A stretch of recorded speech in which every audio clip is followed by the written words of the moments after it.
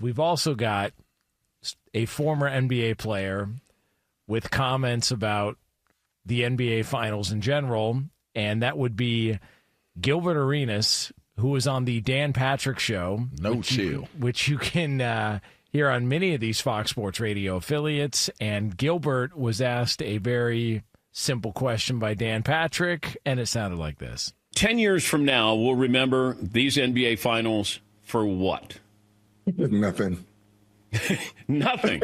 Nothing. We won't. No, let's just be honest. When it comes to small market teams, we really don't remember much about them. We don't really talk about the Toronto championship.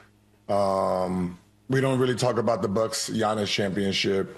And with this one, I mean, the only memorable thing was Hallie game winner, game one. Other than that, there was nothing in this finals that makes you say, oh my God, this was the great finals. And I know, when we talk about small markets, it's needed because there are, cities that need finals, they need recognition. But, when you do have, teams like that match up, the sales is down, the marketing is down, the views is down, it's clocked through history. So, any kind of exposure that has to do with the NBA is needed, no matter if you like it or not. So that was Gilbert Arenas talking with Dan Patrick about the NBA Finals, the memories, and also small markets when it comes to the National Basketball Association. It's an interesting take. I mean, Gil is a super, if people haven't figured it out right by now, he's a super intelligent dude, very cerebral in his approach to things that he says, does the homework to back the things that he puts out there. So I believe there's probably data that supports what it is that he's saying. I would say, depending on what SGA does the rest of the way, depending on what Halliburton does the rest of the way, would be the only reason why I would say you could reference this particular final, is based upon the build out of brand recognition. Because ultimately that's what the NBA stands on, is being able to build the league's popularity and the viewership, the buy-in off of the players, off of their names. And so to me, I think when you're looking at it from a small market's perspective, Gil, I believe 100% is correct and spot on what he's saying. I would venture to say, just based off of watching it and just listening to, Cuffs, who comes on our show on Saturday, who's an insider, I tend to go with the idea that this was a very competitive series. And while it may have at times during the course of a game may not appear to have been as competitive as it could have been, it's the first time it's gone to a Game 7 in, 9 years, I believe. So when you look at it from the competitive standpoint, if you wanted a really good matchup for an NBA Finals, even if it wasn't the desired markets, you got it. And you did have big names in the game, at least two. You got that. So, I mean, there have been players that have not played in big markets. He mentioned he mentioned the Raptors winning it, right? And that was Kawhi Leonard. I remember the Raptors series because of Siakam and Kawhi Leonard, and that that's what I remember, is Kawhi Leonard being the catalyst of the Raptors winning. And then, he took his swan dive after that, right? But to me, when you look at like a small market team that has a developing talent, that has happened. That has happened. I mean, you had Shaq and Penny. Will we consider Orlando a small market? Probably. I would. Yeah. You had Shaq and Penny in Orlando. You had LeBron James in Cleveland. And I don't think Cleveland is considered to be a big market team.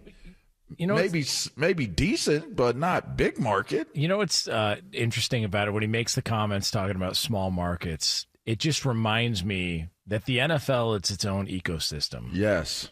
If the NFL landed Green Bay versus Buffalo in the Super Bowl, would not matter. Huge. Would not matter. And that's Green Bay, Wisconsin, and Buffalo, New York. Buffalo. Bro, if it was Jacksonville versus pick a team in the NFC, wouldn't matter.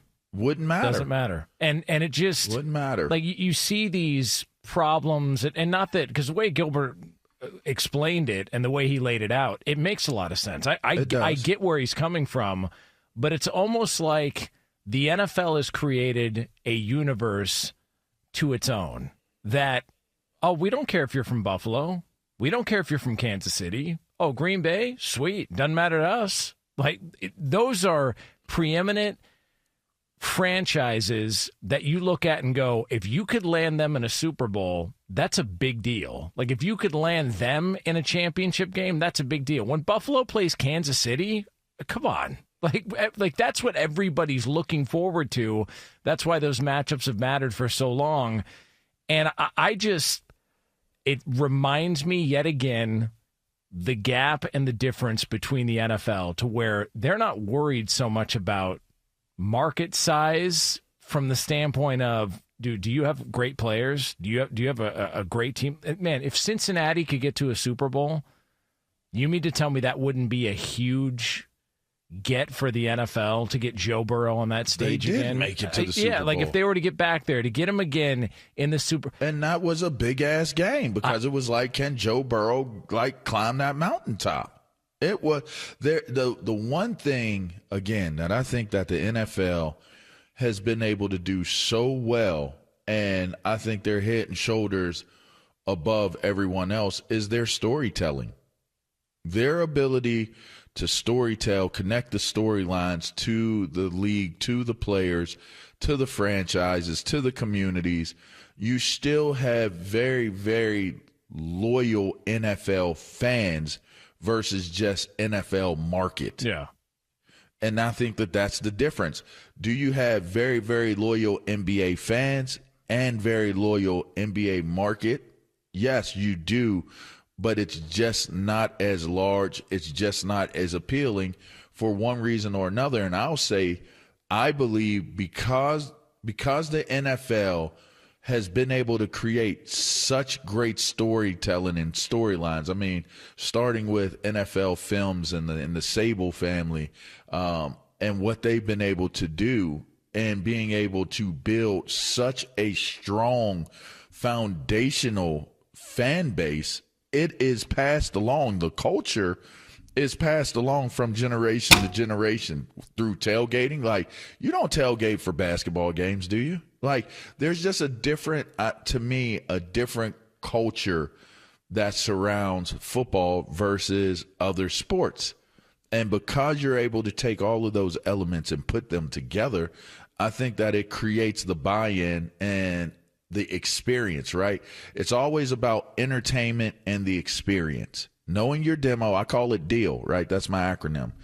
DEAL, know your demo, be ready to entertain, and create an experience and have love for it. That's the deal, right?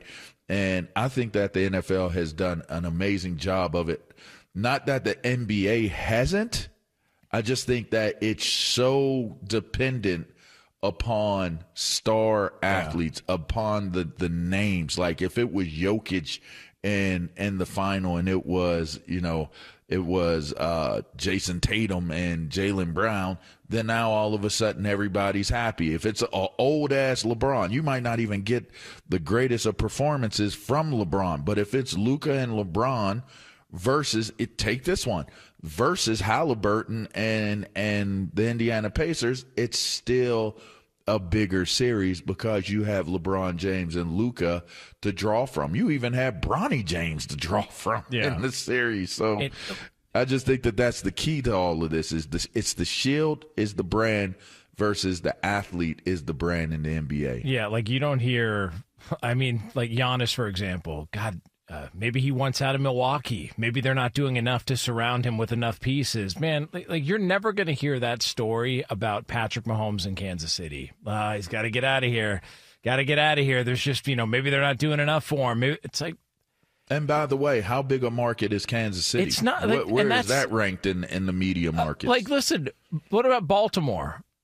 Baltimore Where's doesn't have that ranked in the media markets? Baltimore, if you look at the Super Bowl favorites right now, 3 of the 4, Buffalo, Baltimore, Kansas City, don't even have NBA teams. They don't even have Pittsburgh. NBA. Yeah, and literally not necessary for them because those franchises carry so much weight and have so much pull and are so big in themselves in the NFL ecosystem that you don't have any of this discussion about, well, you need this. Like you're pulling from so few teams to try and generate buzz in the NBA, where in the NFL, man, you could roll out, Tampa Bay and versus Baltimore in a Super Bowl. And you're going to do huge numbers. You're going to do huge ratings. You're going to do huge revenue. And there's all sorts of markets around the NFL that you look at and go, man, those aren't. Those would be considered small markets. But in the NFL ecosystem, they're massive. There seems to be 210 media markets in the United States of America. Kansas City is ranked 33rd in that ranking. And keep in mind, 33rd meaning that is a major city, right? So we're talking about media markets, not just Pittsburgh, Pennsylvania, or Philadelphia, Pennsylvania. We're talking about places like Flint, Saginaw Bay City, Omaha, Springfield, Missouri, Huntsville, Decatur, Florence. You're talking about a ton of media markets. How do you weave and wrap all of these media markets into one place? The NFL has figured out how to do that. Yeah. If you live in any one of these media markets, like if you take, for instance, they didn't have the Carolina Panthers, right? But for some reason, the Washington Commanders were able to be the team of the Carolinas, or it was Atlanta. Depending on what part you were in Carolina, your team was, generally speaking, or the Cowboys, the universal, if you don't have a team, choose Dallas. It's a amazing, perfect storm to say we can fill the gap with Dallas if you don't have anybody. Maybe Pittsburgh, right? Historically, maybe the Raiders, historically, those 3 franchises fill in the blank. If we don't have a market for you, fill in the blank with those 3. I remember doing radio in Charleston, South Carolina, and there was a Browns bar in South Carolina for the Browns. Well, there you go. And they were awful. And I'm like, why? What's happening here? It's just, you could go to pick a team in the NFL, and you would probably be able to find somewhere across the country a sports bar or a location dedicated to that team to watch games. 100%. Find me the Pacers bar. Right. Somebody find that. Somebody find me the Oklahoma City Thunder bar. And that's not a knock on OKC. It's more of a, man, in the NFL, oh, you're a small market? Then come hang out with us. Don't worry about it. Listen, you're a small market? That we don't care about that. Come over. Do you like football? Do you like what we put together? Do you like our product? This is our own universe. This is our own world. We don't have those problems like other leagues do. It's kind of wild. And we don't share our game. The game is in other places. It's in Canada. They play it overseas, but we don't share this game. And I think that's another advantage, a built-in advantage that the NFL has, that it has to be stated. This is our game. Literally, this is our game. What do they say? America's game. You want to hear it again? This is our game. America's game. Yeah. That's where it is, and that's an advantage that they use. They don't leave that on the table. Yeah.